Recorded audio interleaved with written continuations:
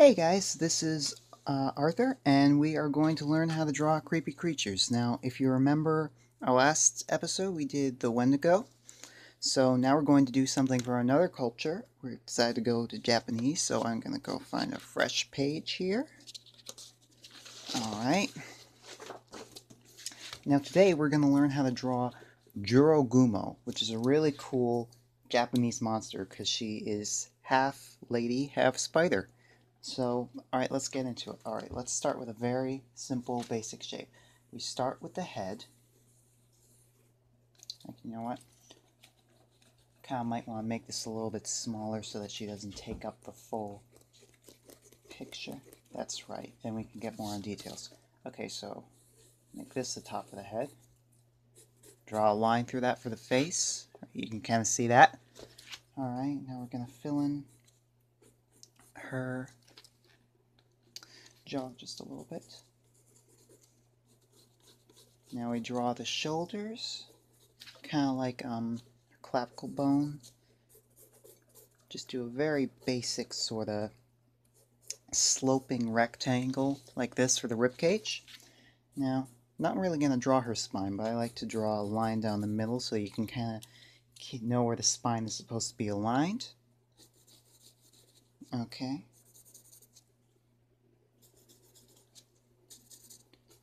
Yeah, I like to draw two circles here so that you see where her hips are jointed. Now, I thought it'd be really creepy to draw her in kind of like a, maybe like a staggering position almost. Yeah, that'd be cool. Almost zombie-like, like. Alright, draw her knees. Now this is a little bit foreshortened, so see how one kneecap is a little bit above the other? Okay, so just gonna draw her feet like she's lurching forward. Alright, so just draw circles so that you know where the breasts are supposed to be later. Don't have to draw the full breast yet.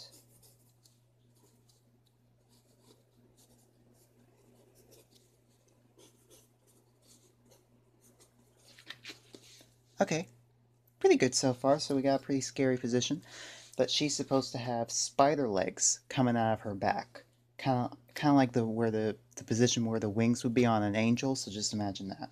Alright, so I'm going to draw little circles on her back so that you kind of have an idea of like these bud areas where the spider legs are supposed to come out. You won't see these obviously since this is supposed to be on the back, but it's a good way to remember, to kind of like as a placeholder. Okay, so we're going to draw that.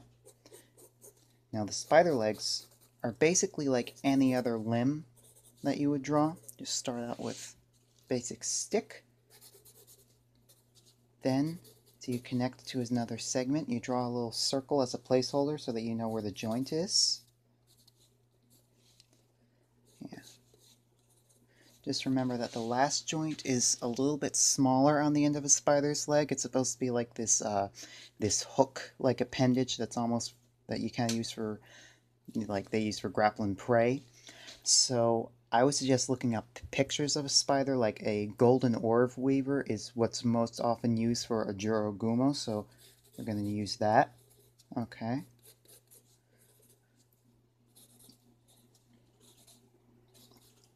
Okay. Alright. I kind of tend to make the legs a little bit smaller as they go down, because you feel like they would have to be that way in order to fit on her back in a comfortable way so that she could like fold them. Okay.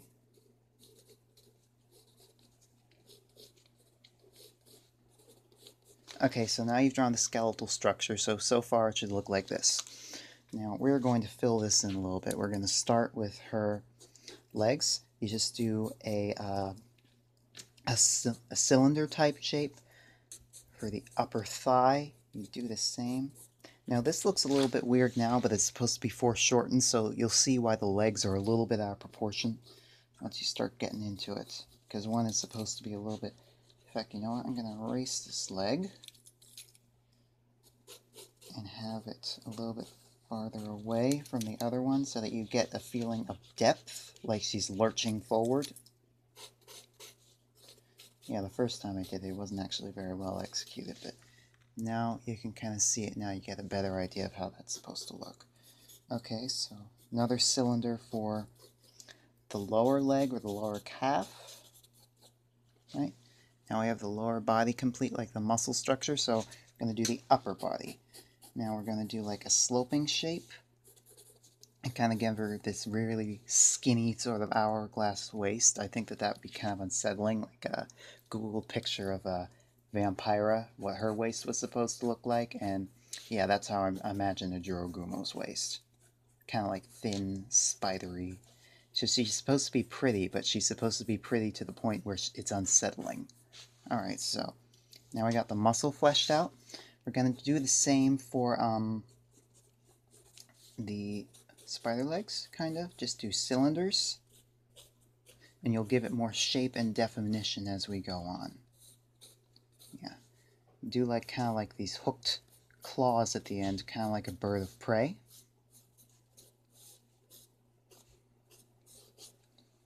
Alright.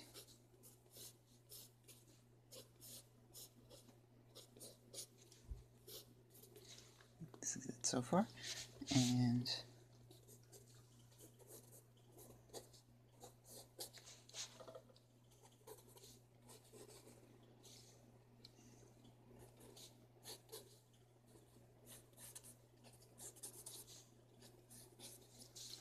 okay.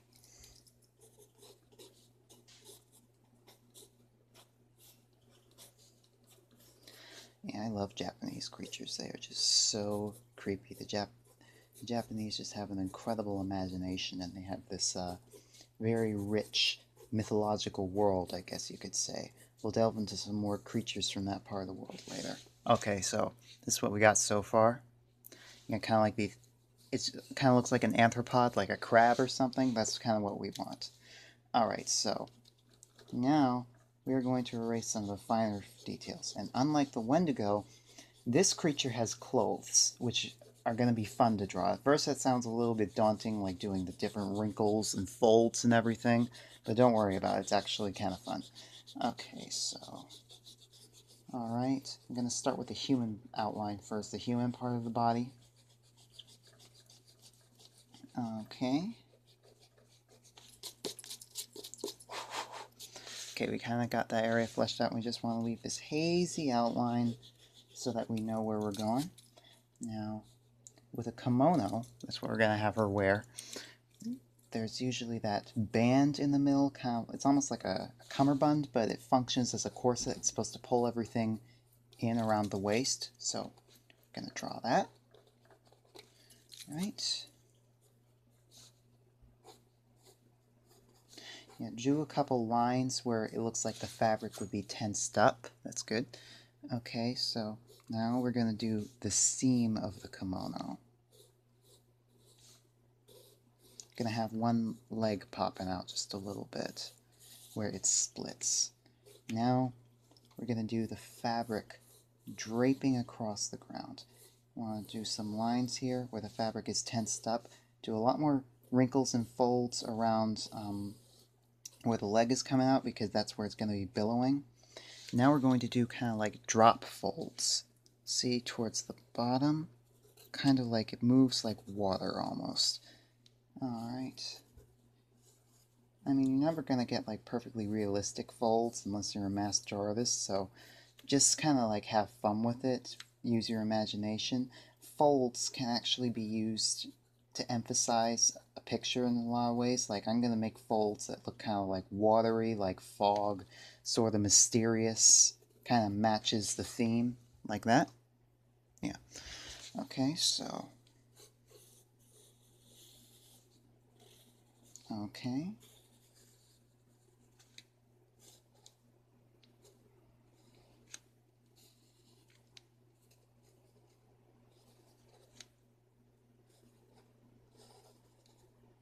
Okay, so now we kind of got the bottom half done. Now let's do her leg, kind of fill that in a little bit.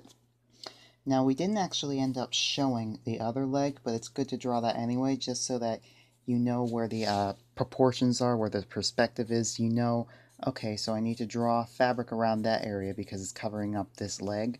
Even if you're not going to show a body part because it's covered over by something, it's good to draw it anyway so that you remember where the placement is supposed to be. Alright. This is coming out nice, okay.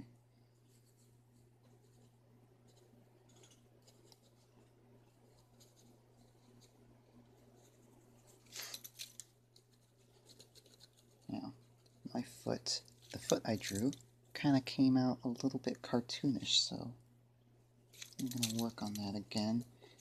There's some details that they're just, every person has trouble with a certain aspect. For me, it's feet, because they always come out looking like fins or claws or something that they're not supposed to be. Okay, so... Alright, now we draw the back of the kimono. We'll shade that later so that to give it some definition. Now we're going to work around the chest area. We're going to fill out her breasts just a little bit. Yeah, breasts really begin to take on shape once you shade them and they get a bit more tone and definition, so they look more 3D and less like lumps. Okay. Okay. Just draw a little bit tension in the fabric, kind of like where it's being pulled. Okay.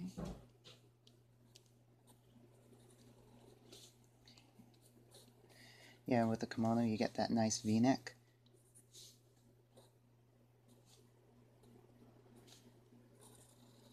Yeah, I like to draw a little bit of irregularities in the pattern here, kind of like with the lapel, because the fabric is rippling there due to the tension. Okay. Alright. Okay. See that? Alright.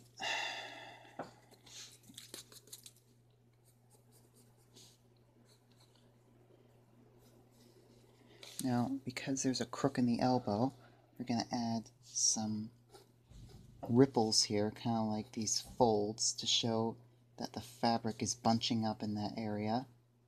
Now, I'm going to have her sleeves slightly covering up her hands just a little bit, like it's oversized, like it's draping over her. There's something really unsettling about that. Don't really know why, it just is. Alright, so...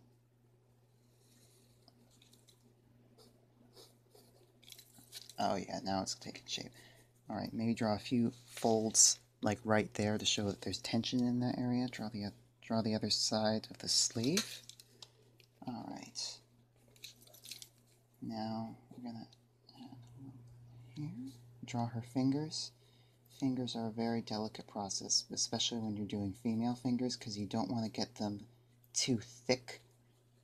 And if you're trying not to get them too thick, sometimes they come out too bony. You don't want that. I mean, if you're drawing like a zombie or something, yeah, you want bony fingers, but she's supposed to look like a healthy, normal person at first until you see the spider legs, obviously, so. Okay. Made her thumb just a little bit long, so I'm gonna fix that. Okay. There we go. Now we repeat the process with the other side.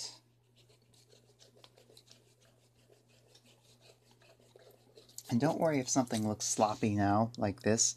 Mine is obviously not a Da Vinci, but this is just when you're starting out, so everything looks very rough. Alright, so the same thing. Crook in the elbow. Tension around the bend. Alright. Try to get the sleeve to be around the same length as the other one so that things look even. Excuse me, that's just my phone going off. Alright. I'm going to add a little bit more folds here. Okay. Yeah, should look like that.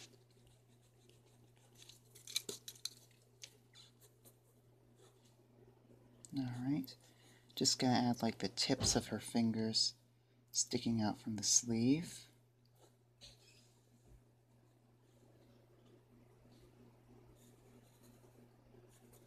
Right, once we shade that, it will get a lot more definition and tone, be a bit more 3D looking. Okay.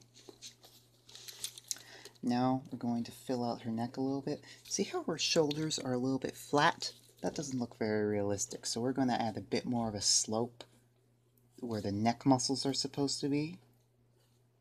Yeah, you don't want to add too much, otherwise you get really muscular. You end up with a Dolph Lundgren geisha. You don't want that. So, yeah, kind of add like a little bit where the lapels are sticking out over her shoulders.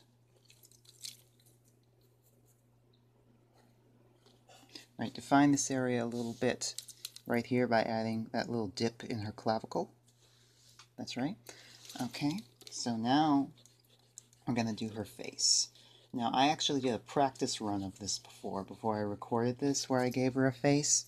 She didn't look that scary, so what we're going to do is that we're going to do like a grudge sort of thing, where her face is all covered up with her hair. Hair is really fun to draw. Okay, so just kind of do the outline of her head.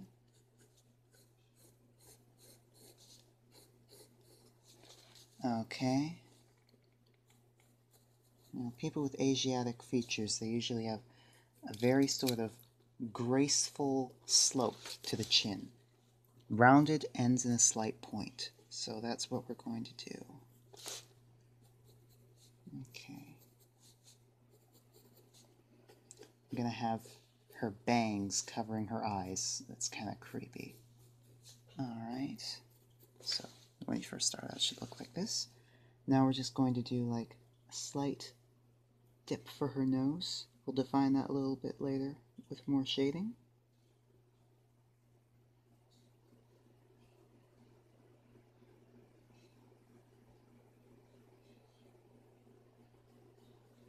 Alright.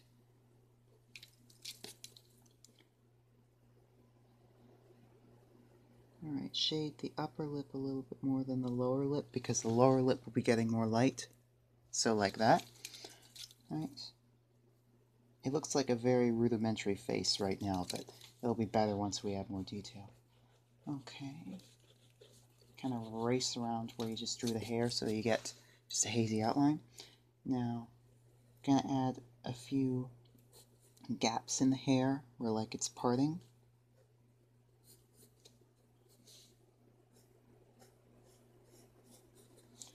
Gonna add a little bit of scalp showing in her part. Yeah, kind of you want to do just this long, straight, jet black hair. Gonna erase a little bit of the kimono so that it's kind of trailing down. Yeah, if you've ever seen Aubrey Beardsley, he does really creepy black hair in an incredible way, so you should look up some of his pictures. Okay. Gonna have a little bit of hair draping over her arm, kind of like spider webs.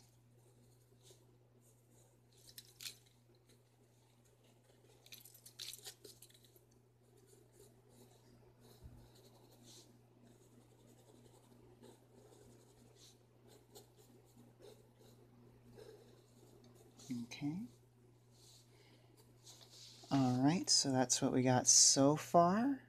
Now, let's get to the fun part that we've obviously all been waiting for, the spider legs.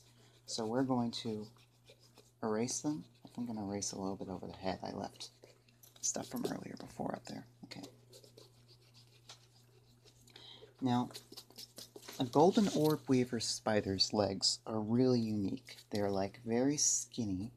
So you start out with this, almost like you're drawing a femur or something like, or a similar bone. Then you get to the joint area.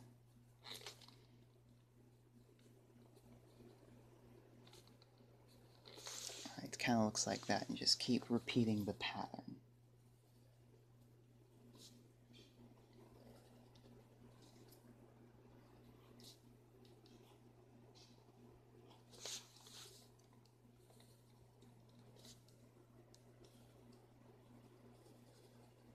Okay.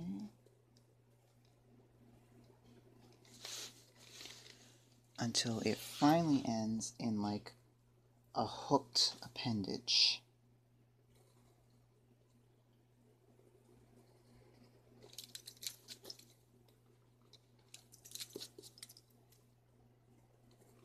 Alright, so like that. Now we just repeat the process with the other legs. Alright.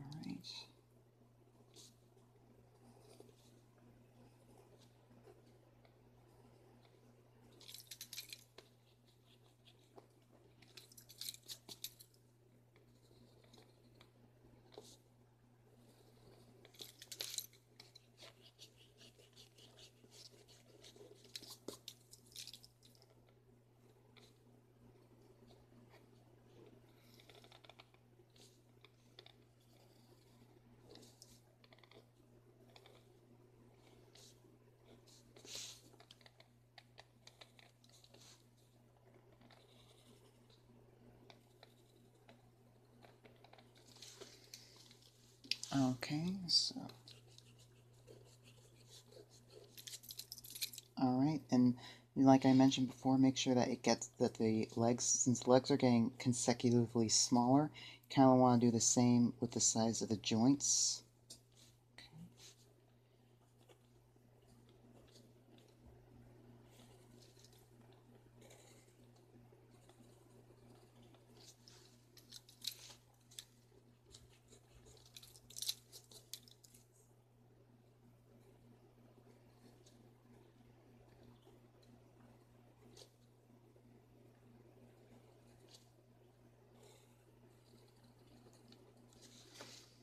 Alright, we do the same thing on the other side now.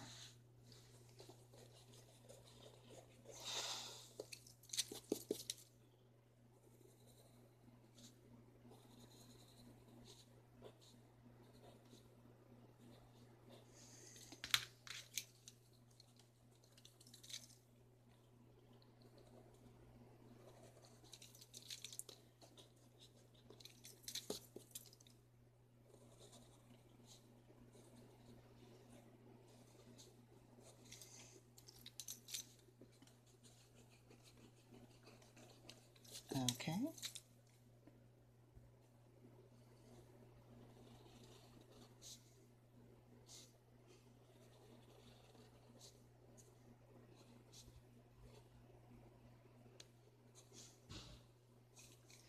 Okay.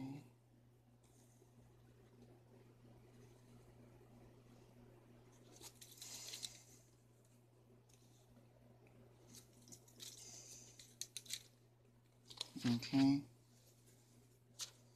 You kind of want to do the same kind of foreshortening a little bit on this. I didn't really do that well, so we're going to try that again. Yeah, okay.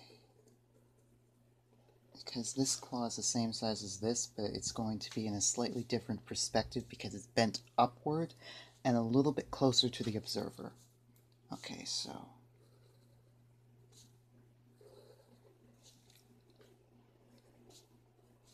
Alright.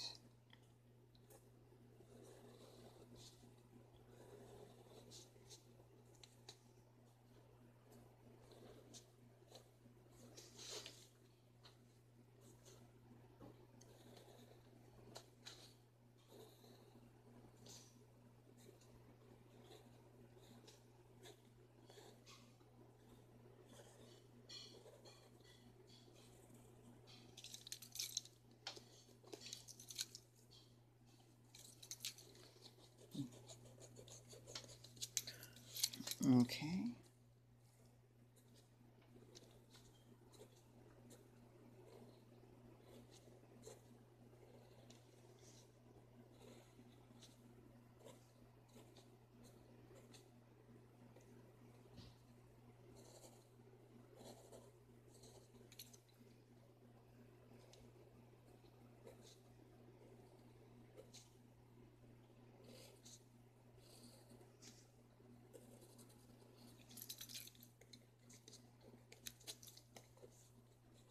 Okay.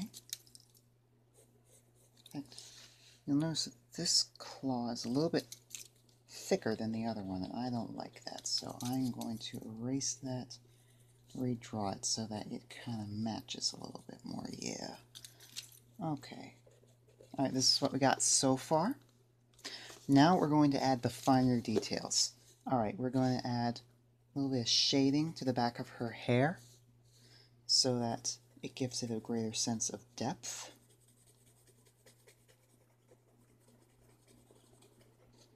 And that's exactly what we're going to do with her dress.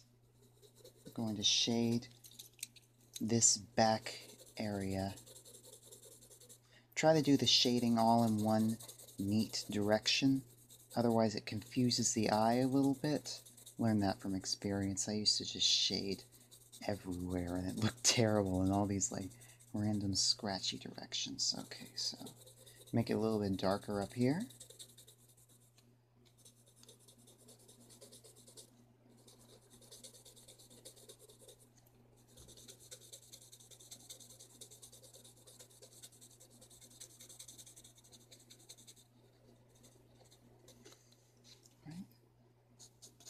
Now we're going to do lighter shading under the dress because obviously some light is getting in there from the split, so it's only very mild shading.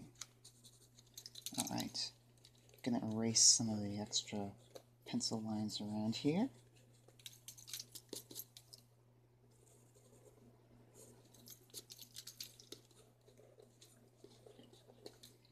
Alright, that has a bit more depth now, so it looks more 3D and you kind of see where everything's going. Now, kimonos often have these really beautiful, elaborate patterns on it, so we're going to try that a little bit. Just kind of start with a spiral. Kind of do those cool cloud shapes that you see on kimonos. Yeah, obviously I'm not a traditional Japanese artist, so mine are not going to come out as well, but I'm going to make a futile attempt. Yeah, kind of like this nice cloud pattern. Just start out with a spiral, add a couple more, then you have the bottom of the cloud where there are these wispy, wavy lines. Alright.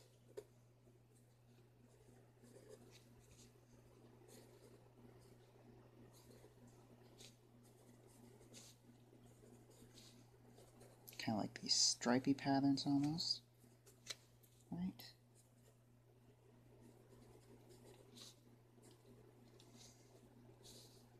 Alright. Do the same on the kimono sleeves.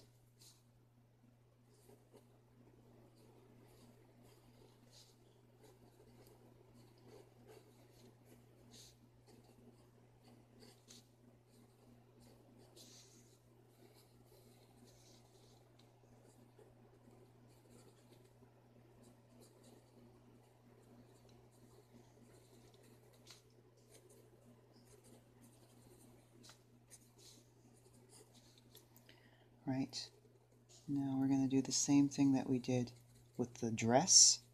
Well, I should say like the skirt of the kimono. So kind of do a little bit of shading in the sleeves. Make sure the shading's darker around the hands because that's where most of the light is being cut off. Alright. Yeah. Yeah, you're going to find yourself erasing all these pencil lines as you go along because every time you think you've gotten them all, you see more. Alright, so since this is supposed to be, the belt is supposed to be like this really fine satin, we're going to do very intense shading on there where the sides are very, very dark.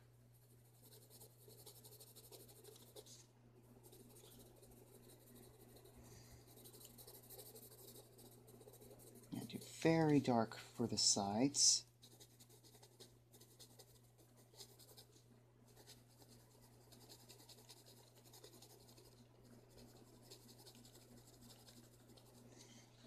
Alright, so that kind of looks satiny. Now we're going to do the lapels to match.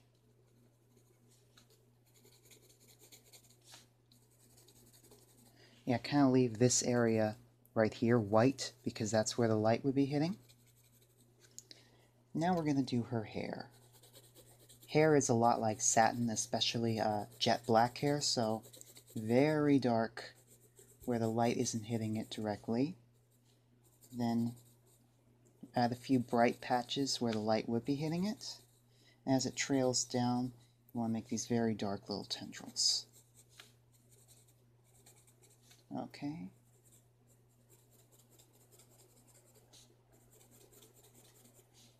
Now we want dramatically light towards the scalp and then jet black. Yeah, because that's where it's getting the most light, so it's going to have the most dramatic effect. You want to copy that with the bangs.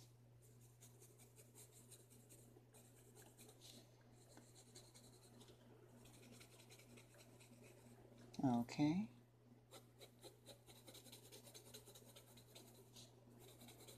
Oh yeah, that looks great. I don't know if you ever watched The Grudge with Sarah Michelle Gellar. It's a really good movie. I heard it's not as good as the original Japanese one, but I don't know if I could stand the original Japanese ones. Those ones are pretty darn scary. Alright, so that's what we got so far. Now we're going to shade the fabric a little bit. We're going to do very delicate shading because this is supposed to be more silky, less satiny, so it's not quite as shiny. So just do round circular patterns for the shading so that you can still kind of see that pattern a little bit that we drew. Anywhere where you think the light would be interrupted, I guess. So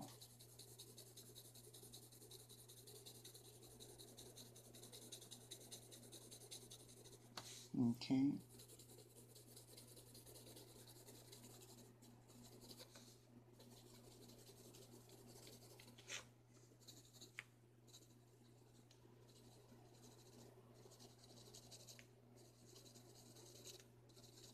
Add a little bit of shadowing at the bottom, like the hem of her kimono.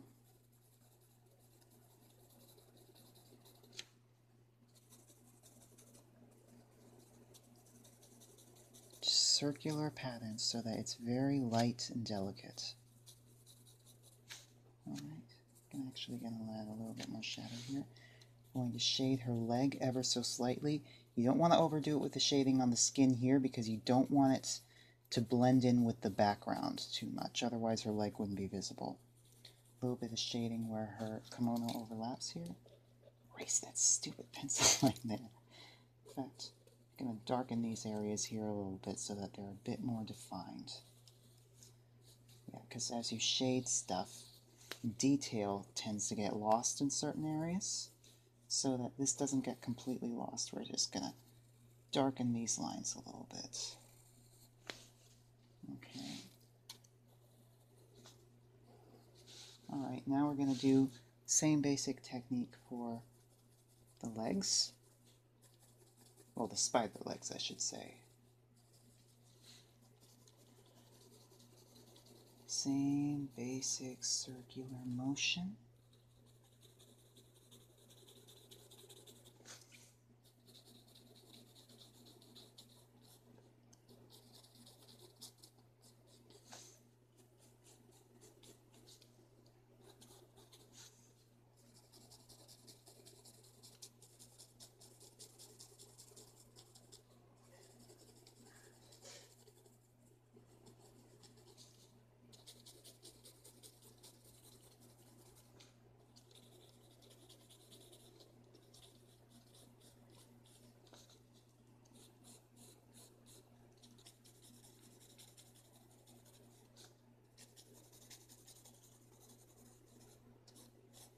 Okay. Let's fix the hair just a little bit here. That was bothering me, okay.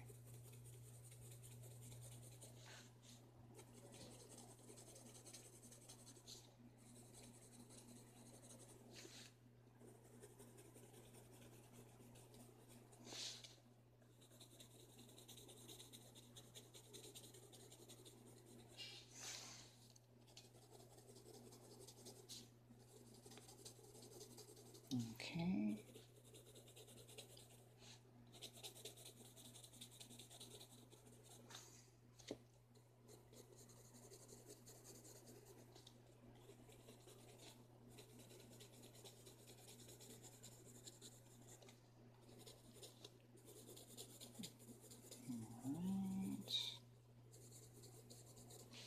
see that? Okay. Now spiders kind of have these feeler hairs on their legs, so we're going to add some of those. Not too many, just a little bit, especially towards the end.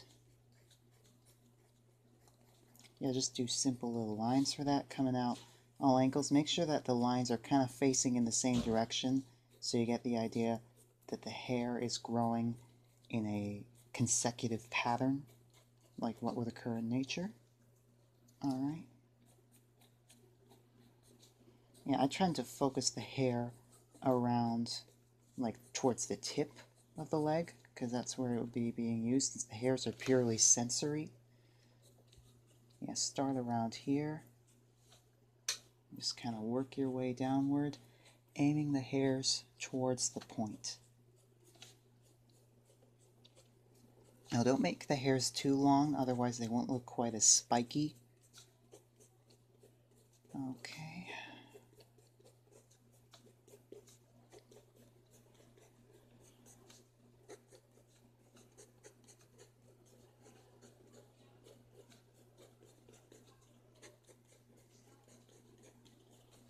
Alright, now we're going to darken these lines, because once again when you shade you kind of lose a lot of detail, so we're going to define this. And we're especially going to define her in the front because the legs are so eye-catching that you kind of don't really notice all the details about her. It's kind of like she's swallowed by these legs, so we're going to darken her outline a little bit so that she is more noticeable, she is more striking.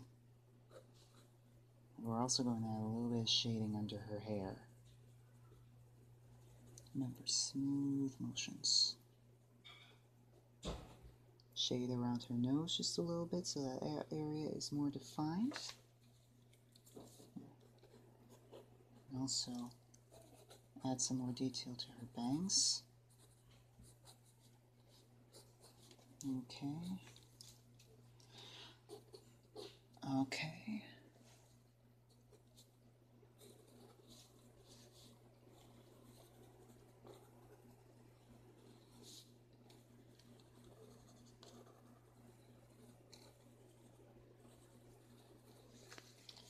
Okay. Around her hands too, so that those become more noticeable.